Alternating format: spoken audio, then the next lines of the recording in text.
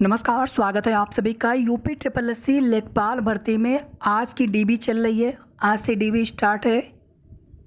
First shift की dB समाप्त हो चुकी है। सेकंड शिफ्ट की डीबी 1 बजे के बाद से होनी है।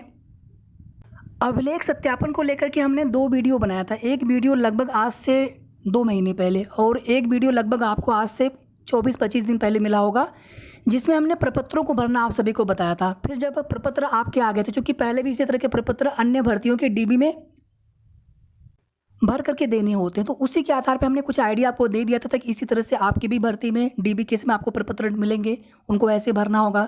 और जब प्रपत्र आ गए थे फिर उनको भी हमने कैसे भरना है सारी चीज़ें आपको ऑलरेडी बता दी थी, और कौन कौन से डॉक्यूमेंट्स आपको लगने हैं आपकी डीबी में। एग्जैक्टली सारी चीज़ें हमने आपको वही बताई थी। निवास प्रमाण पत्र की अनिवार्यता केवल उन अभ्यर्थियों के लिए है जो आरक्षण का लाभ चाहते हैं। क्षैतिज आरक्षण में PH हैं, फीमेल है या फिर अन्य कैटेगरी। वर्टिकल में OBC, SC, ST, EWS ये 4 कैटेगरी आते हैं, और वर्टिकल रिजर्वेशन में ही ओवरलैपिंग होती है। अन्य रिजर्व की सीटों पर अगर आप मेरिट में आते हैं तो अन्य रिजर्व को छोड़ करके, जनरल को छोड़ करके उनको निवास नहीं चाहिए, बाकी सभी को निवास देना अनिवार्य है।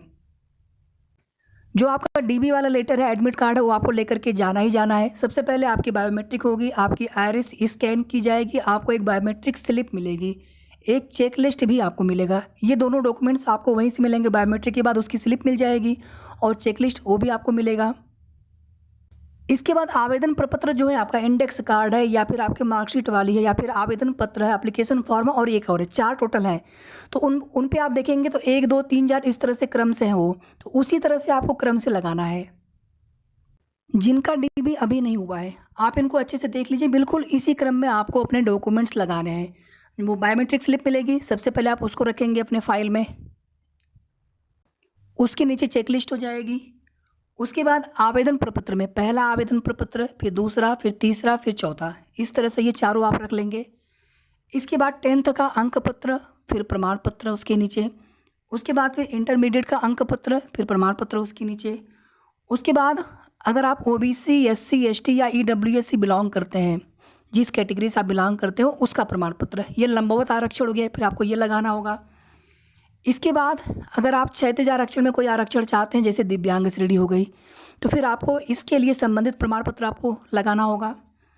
और निवास प्रमाण पत्र सिर्फ उनको देना है जिनको आरक्षण का लाभ चाहिए, यानी 6 और 7 में जो लोग सर्टिफिकेट लगाएंगे उनको 8वां पॉइंट, ये भी आपको निवास प्रमाण पत्र आपको लगाना अनिवार्य है। और जो लोग आरक्षण के लिए, कोई भी आरक्षण के लिए दावा नहीं करेंगे, कोई भी उसका प्रमाण पत्र आप नहीं देंगे, तो आपको जनरल में या अन्य रिजर्व में माना जाएगा और आपको निवास देने की आवश्यकता नहीं है। PET स्कोर कार्ड हो या फिर जो अन्य डॉक्यूमेंट्स हैं वो आपको देने की आवश्यकता नहीं है। जो प्रपत्र आप भरेंगे, इसी प्रपत्र में जो फ़ोटो लगाना है और उसी में आपको कुछ फ़ोटो, 2 फ़ोटो 3 फ़ोटो आप रखे रहिए। पासपोर्ट साइज़ का फ़ोटो आपको देना होगा। इसके अलावा आपको और भी किसी भी तरह के डॉक्यूमेंट्स या प्रपत्र आपको देने की आवश्यकता नहीं है। और ध्यान आपको ये देना है, ये सभी की फ़ोटोकॉपी, एक एक कॉपी सभी की फ़ोटोकॉपी जमा भी होगी और फ़ोटोकॉपी सेल्फ अटेस्ट होना चाहिए। आज की डीबी कम्प्लीटली समाप्त हो जाए तो उसके बाद शाम तक, इवनिंग तक आप सभी को बता दिया जाएगा कि कितना प्रतिशत उपस्थिति रहा आज के लिए, कितने लोगों ने डीबी स्किप किया। लगभग आपको एग्जैक्ट डाटा बताने का प्रयास करेंगे। शाम तक आप सभी वेट करें। और अभी देखिए, जो फर्स्ट शिफ्ट की स्थिति है, डीबी स्किप हुआ है, डीबी स्किप हो रहा है। बहुत सारे अभ्यर्थी कैंडिडेट अब्सेंट रहे हैं, लेकिन अभी यहाँ पर कोई भी आपको डाटा नहीं बता पा रहा है। थोड़ा सा आप सभी समय दीजिए, जैसे ही डाटा मिल जाएगा, जानकारी प्राप्त होगी, आप सभी को तुरंत बता दिया जाएगा। और शाम तक आपको आज की डेट का कंप्लीट डाटा मिल जाएगा कि हाँ कितने लोग उपस्थित थे, कितने लोगों ने डीबी स्किप किया है। जो भी स्टाफ है बिल्कुल कोऑपरेट कर रहे हैं। आपका रोल नंबर जो भी हो, लेकिन जो आपका नाम है अल्फ़ाबेट से, उसी क्रम में टेबल वाइज आपको बुलाया जाता है डीबी के लिए। तो उसी तरह से आपको उपस्थित होना होगा। जिस टेबल के लिए आपको बुलाया जाएगा उसी टेबल पे आपको, जब आपका नंबर आएगा तो आपको बुलाया जाएगा। और बहुत अच्छे से आराम से डीबी हो रही है। लेकिन साथियों, यहाँ पर एक चीज़ और देखिए, ध्यान देने वाली बात है। जिनके भी बायोमेट्रिक में प्रॉब्लम आ रही है, जिनका आइरिस स्कैन या मैच नहीं हो पा रहा है, मिलान नहीं हो पा रहा है, तो STF पे उपस्थित हैं। मेल जो स्टाफ भी है, फीमेल स्टाफ भी है, तो तुरंत वहाँ पे जो है जांच की जा रही है, पूछताछ की जा रही है। बाकी जो लोग बिल्कुल सही हैं उन्हें बिल्कुल भी घबराने की आवश्यकता नहीं है। आप अच्छे से जाइए, डीबी कराइए। और ध्यान दीजिएगा, इन डॉक्यूमेंट्स के अलावा अगर आपके किसी डॉक्यूमेंट्स में, जैसे आपका 10th का, 12th का या कास्ट में, निवास में कहीं पर अगर कुछ गलती है, माता पिता के नाम में कुछ भी गलती है, तो आप उसके लिए एफिडेविट जरूर ले लीजिएगा, पहली बात।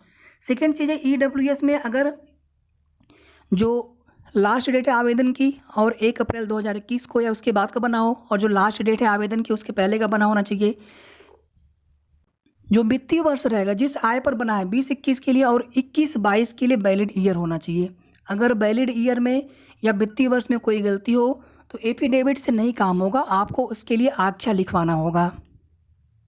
कास्ट सर्टिफिकेट आपके पास पुराना हो, जैसे एससी में, एसटी में कोई दिक्कत नहीं होती है, ओबीसी में भी 3 साल से अधिक पुराना नहीं होना चाहिए। लेकिन अगर पुराना हो तो उसमें भी आपको घबराने की आवश्यकता नहीं। आप नया कास्ट सर्टिफिकेट हमने बनवाने के लिए आप सभी से कहा था, अगर आपने वीडियो देखा होगा आपने ज़रूर बनवा लिया होगा, तो नया वाला आप लेकर के जाएंगे, वो भी आपका वैलिड हो जाएगा। बट ईडब्ल्यूएस का वैलिड नहीं होगा, कास्ट के लिए यहाँ पे कह रहे हैं, वो आपका वैलिड हो जाएगा।